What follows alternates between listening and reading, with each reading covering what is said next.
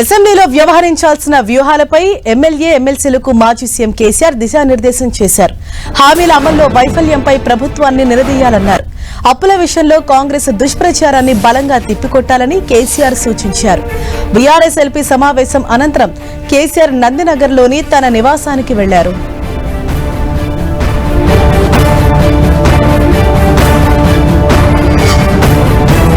దీనిపై మరింత సమాచారంతో మా ప్రతినిధి కరుణాకర్ మనకు అందుబాటులో ఉన్నారు. కరుణాకర్, ఇవాళ జరిగినటువంటి బీఆర్ఎస్ ఎల్పీ సమావేశంలో ప్రధానంగా ఏ అంశాలపై దిశానిర్దేశం చేశారు కేసీఆర్?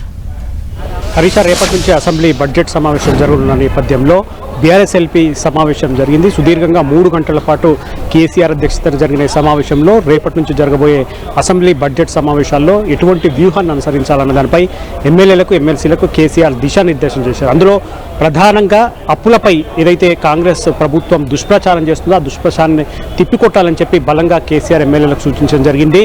10 ఏళ్ల బీఆర్ఎస్ పాలనలో కేవలం 4 లక్షల కోట్ల అప్పులు చేస్తే బీఆర్ఎస్ కాంగ్రెస్ ప్రభుత్వం మాత్రం 7 లక్షల కోట్ల అప్పులు చేసిందని చెప్పి దుష్ప్రచారం చేస్తోంది. దాంతోపాటు అప్పులతో పాటు తెలంగాణలో పెద్ద ఎత్తున ఆస్తులను కూడా బీఆర్ఎస్ ప్రభుత్వం సృష్టించింది. కానీ దానిపై కాంగ్రెస్ ప్రభుత్వం మాత్రం మాట్లాడలేదని చెప్తున్నారు. ఇదే సమయంలో కేవలం 14 నెలల్లో కాంగ్రెస్ ప్రభుత్వం 1,50,000 కోట్ల అప్పులు చేసింది. అయినప్పటికీ ఎన్నికల సమయంలో ఇచ్చిన ఏ ఒక్క హామీని కూడా అమలు చేయట్లేదు. ఇటువంటి అంశాలన్నింటినీ కూడా బలంగా ప్రజల్లోకి తీసుకెళ్లడంతో పాటు రేపటి నుంచి జరిగే అసెంబ్లీ బడ్జెట్ సమావేశాల్లో బలంగా ప్రభుత్వాన్ని కార్నర్ చేయాలని చెప్పి కేసీఆర్ ఎమ్మెల్యేలందరూ కూడా దిశానిర్దేశం చేశారు.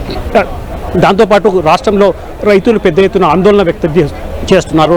రాష్ట్రంలో కరువు పరిస్థితులు ఏర్పడ్డాయి. ముఖ్యంగా సాగునీరు అందించేందుకు కాంగ్రెస్ ప్రభుత్వం పూర్తి స్థాయిలో వైఫల్యం చెందింది. రైతులు పెద్ద ఎత్తున ఆందోళన చెందుతున్నారు. పంటలు ఎండిపోతున్నాయి.